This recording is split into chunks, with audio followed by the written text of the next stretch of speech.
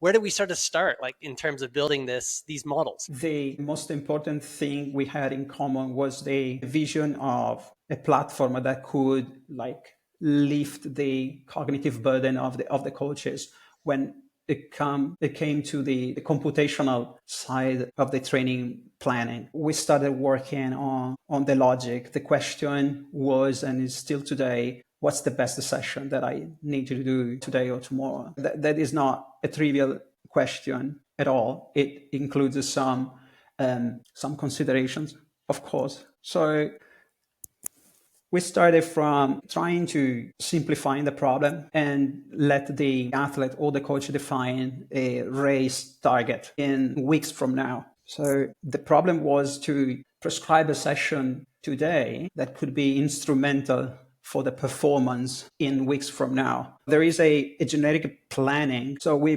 broke it down in cycles, in training cycles. And then we applied the rule of periodization. So we provided a number of constraints that could make the decision of the training sessions easier for the logic. Just like the GPS in your car is connected to the satellites, well, so are you connected with your wearable to all the various different training models that are in there, right? And mostly we're talking about Banister's load or impulse response model, and others. Know that there is an average good model that can describe how everyone can react to a training load, and which is which takes a couple of equations, so it's not a huge deal, and a few variables and few parameters to be set. Those are individual for every athlete.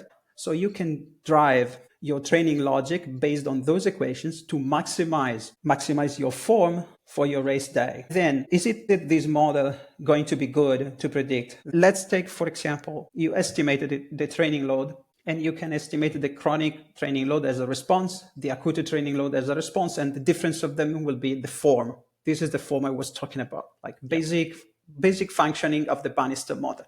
But then on top of that, you want to take into consideration more individual factors like recovery parameters like HRV or resting heart rate. So how do you place this on the top of the Banister model? So you build all these tools and you chain those together. You can allow the system to steer a little bit and adjust your route accordingly to your feedback.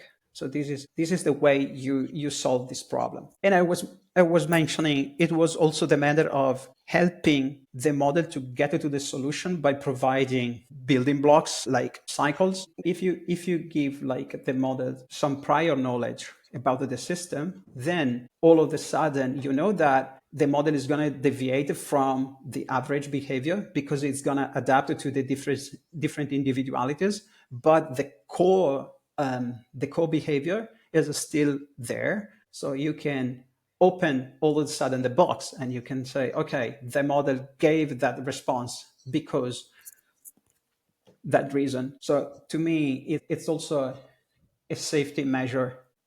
We can always explain why Athletica did a choice on the training program. And to me, that's a plus in how the AI was conceived.